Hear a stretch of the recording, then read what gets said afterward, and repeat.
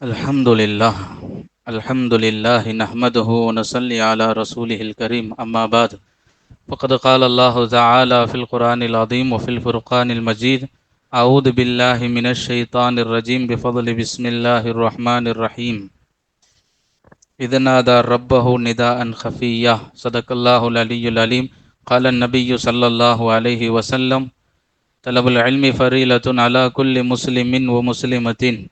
அவுகமா கால அலைஹிமுஸ்ஸலாத்து வஸ்ஸலாம். கண்ணியத்திற்கும் பெருமதிப்பிற்கும் உண்டான பெரியோர்களே, சகோதரர்களே, கண்ணியமானவர்களே, ரப்புல் ஆலமீன் அல்லாஹ் ஜல்ல ஷானஹு தஆலா பேசுவான், இதுநாதா ரப்பஹு நிதாஅன் ஹஃபியா. ஹஸரத்னா ஜக்கரியா அலைஹி சலாம் அல்லாஹ்வினிடத்திலே மெதுவாக துவா செய்தார்கள், ரகசியமாக அல்லாஹ்வினிடத்திலே துவா செய்தார்கள் என்று ரப்பு குர்ஆனிலே பேசுவான். ஹதரத்னா ஜக்கரியா அலைஹி சலாம் நபியினா ஈசா அலைஹி சலாம் அவர்கள் வருவதற்கு ஒரு நூற்றாண்டுக்கு முன்னால் வந்தவர்கள். அதாவது ஒரு 100 வருஷத்துக்கு முன்னால, ஒரு நூற்றாண்டுக்கு முன்னால் வந்தவர்கள் ஹதரத்னா ஜக்கரியா அலைஹி சலாம். ஹதரத்னா ஜக்கரியா அலைஹி சலாம் அல்லாஹ்ட்ட ஒரு துவா செஞ்சாங்க. எப்படிப்பட்ட துவா? ரப்பி லா ததர்னி ஃபர்தம் வ அன்த கைருல் வாரிசீன். யா அல்லாஹ், நீ என்னை சந்ததி அற்றவனாக ஆக்கிவிடாதே. எப்படி துவா கேட்கிறாங்க பை? என்னை நீ சந்ததி அற்றவனாக நீ ஆக்கி விடாதே. யா அல்லாஹ், வாரிசு கூடியவர்களை, வாரிசு இல்லாதவர்களுக்கு வாரிசை கொடுப்பதற்கு நீ தகுதி உடையவன் என்று ஹதரத்னா ஜக்கரியா அலைஹிஸ்ஸலாம் துவா செஞ்சுட்டு இப்படி ஒரு துவா செய்றாங்க. ரப்பி ஹபுலி மில்லதுன்க துர்ரியத்தன் தையிபா.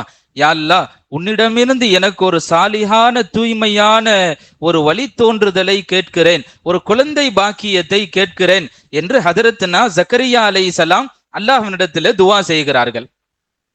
என்னை சந்ததியற்றவனாக என்னை நீ ஆக்கி விடாத ரப்பே, உன்னிடத்தில் சாலிஹான ஒரு வழி தோன்றுதலை, குழந்தை பாக்கியத்தை, ஒரு ஹிபத் அப்படின்னா அன்பளிப்புன்னு அர்த்தம். ஹபுலி, உன்னுடைய கொடையை நான் கேட்கிறேன்.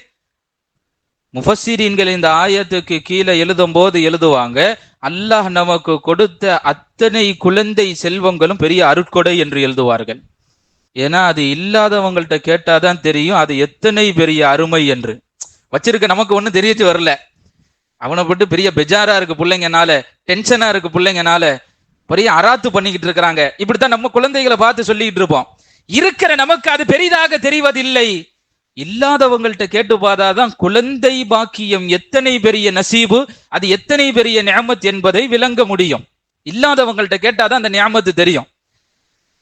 ஹதரத்னா ஜக்கரியா அலைஹிஸ்ஸலாம் பல வருடங்கள் அவர்களுக்கு குழந்தை பாக்கியம் இல்லாமல் இருந்தார்கள். ஹதரத்னா ஜக்கரியா அலைஹிஸ்ஸலாம் இப்ப எந்த தருணத்துல கேட்கிறாங்க, கேட்கணும்னு எப்போ முடிவு பண்ணாங்க, எதை பார்த்து இவங்களுக்கு கேட்கணும்னு முடிவெடுத்தாங்க அப்படின்னா, ஹதரத்னா ஜக்கரியா அலைஹிஸ்ஸலாம் அவர்களுக்கு அல்லாஹ் ஒரு பொறுப்பு கொடுத்தான். என்னன்னா, மரியம் அலைஹிஸ்ஸலாம் அவர்களை வளர்த்தெடுக்க, அவர்களை பாதுகாக்க ஜக்கரியா அலைஹிஸ்ஸலாம் அவர்களை அல்லாஹ் தேர்ந்தெடுத்தான்.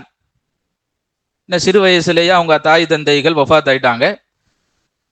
அவங்களை எடுத்து வளர்ப்பதற்கு, மரியம் அலைஹிஸ்ஸலாம் அவங்களை எடுத்து வளர்ப்பதற்கு அல்லாஹ் யாருக்கு பொறுப்பு கொடுத்தான் பை? ஹதரத்னா ஜக்கரியா அலைஹிஸ்ஸலாம் அவர்களுக்கு அல்லாஹ் பொறுப்பு கொடுத்தான்.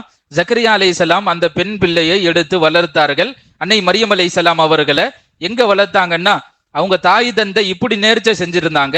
மரியம் அலைஹிஸ்ஸலாம் அவங்கள எப்படி நேர்ச்சன்னா, எனக்கு ஒரு புள்ள பிறந்துச்சுன்னா அது பள்ளிவாசலுக்கு நேர்ந்து விட்டுறேன்னு நியத்து செஞ்சிருந்தாங்க.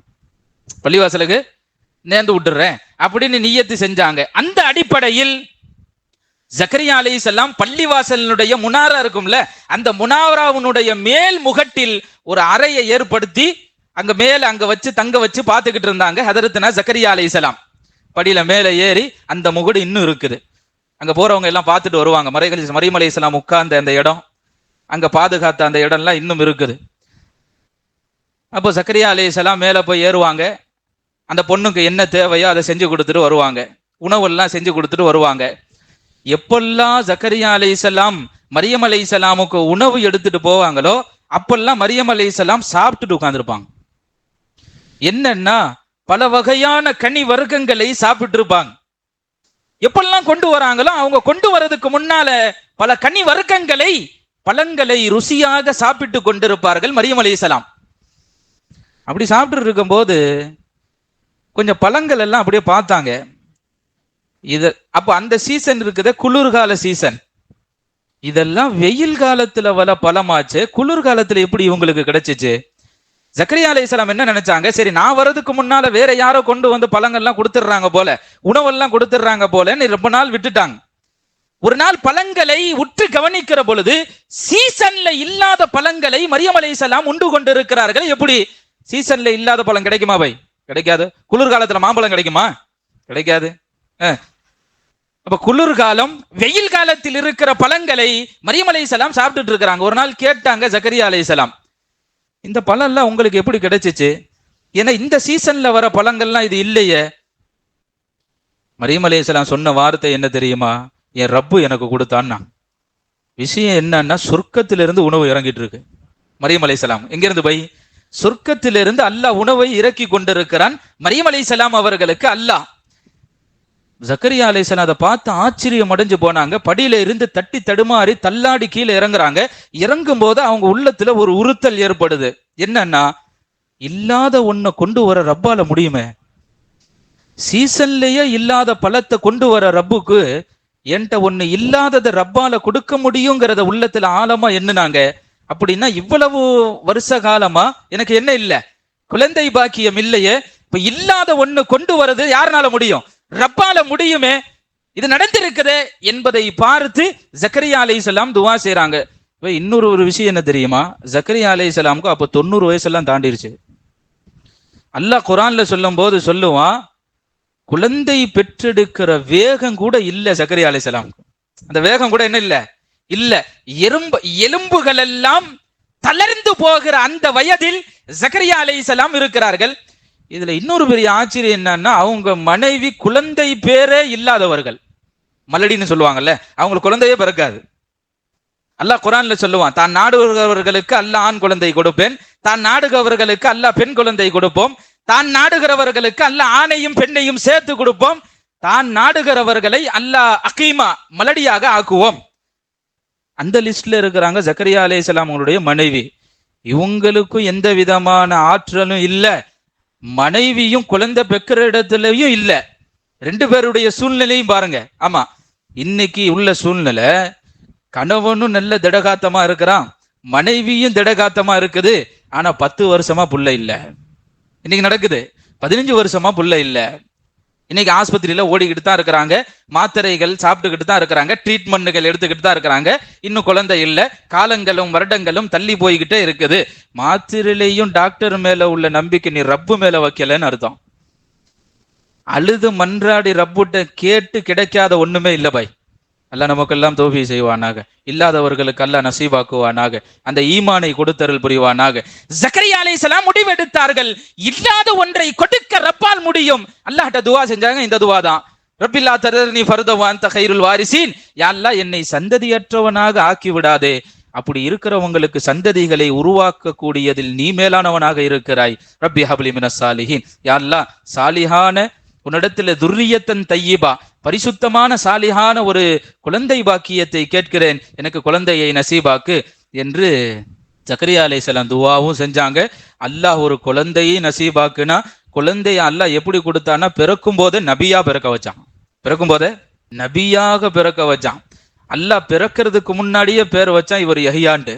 பிறக்கிறதுக்கு முன்னாடியே இவர் யஹ்யா என்ற ஒரு பிள்ளை உங்களுக்கு பிறப்பார், அவர் நபியாகவும் பிறப்பார் என்று அல்லாஹ் பேரோடவும் நபித்துவத்தினுடைய பட்டத்தையும் கொடுத்து அல்லாஹ் ஜக்கரியா அலைஹிஸ்ஸலாம் அவர்களுக்கு ஒரு குழந்தை செல்வத்தை கொடுத்தான். நபி ஸல்லல்லாஹு அலைஹி வஸல்லம் அவங்க சொன்னாங்க, அல்லாஹ் நமக்கு கொடுத்த செல்வங்களில் அருட்கொடைகளில் இதுவும் பெரிய நியாமத், குழந்தை என்ற பாக்கியம் என்றார்கள் பெருமானார் ரசூல் ஸல்லல்லாஹு அலைஹி வஸல்லம். இன்னொரு ஹதீஸ்ல ஸல்லல்லாஹு அலைஹி வஸல்லம் சொன்னாங்க, ஒருவர் இறந்த பிறகு அவருக்கு நன்மைகளை சேர்த்து வைக்கும், ஒருவர் இறந்த பிறகு நன்மைகளை சேர்த்து வைக்கும் காரியங்களில் இதுவும் ஒன்று. என்ன தெரியுமா? அவர் விட்டுட்டு போன சாலிஹான குழந்தையினுடைய துவா. அவர் மௌத்தா போனாலும் சரி, சாலிஹான குழந்தைகளுடைய துவா அவர் போய் சேரும்னாங்க சர்க்கார் ஆலம் ஸல்லல்லாஹு அலைஹி வஸல்லம். திருமதியில இப்படி ஒரு ஹதீஸ் பதிவா இருக்குது. நபி ஸல்லல்லாஹு அலைஹி வஸல்லம் அவங்க சொன்னாங்க, ஒருவர் இறக்கின்ற வேளையில், மௌத்தாகிற அந்த வேளையில் தான் சாலிகான குழந்தைகளை விட்டு அவர் மௌத்தாகி விட்டாலும் அந்த குழந்தைகள் என்னென்னலாம் அமல் செய்யுமோ அந்த கூலி அவருக்கு போய் சேருமா. ஸல்லல்லாஹு அலைஹி வஸல்லம் சொன்னாங்க. அதனாலதான் நம்ம பிள்ளைங்களை நம்ம சாலிகான பிள்ளைங்களா விட்டுட்டு போனோம். கபுரிஸ்தான் பக்கம் கூட எட்டி பார்க்காத பிள்ளைங்களாம் விட்டுறக்கூடாது.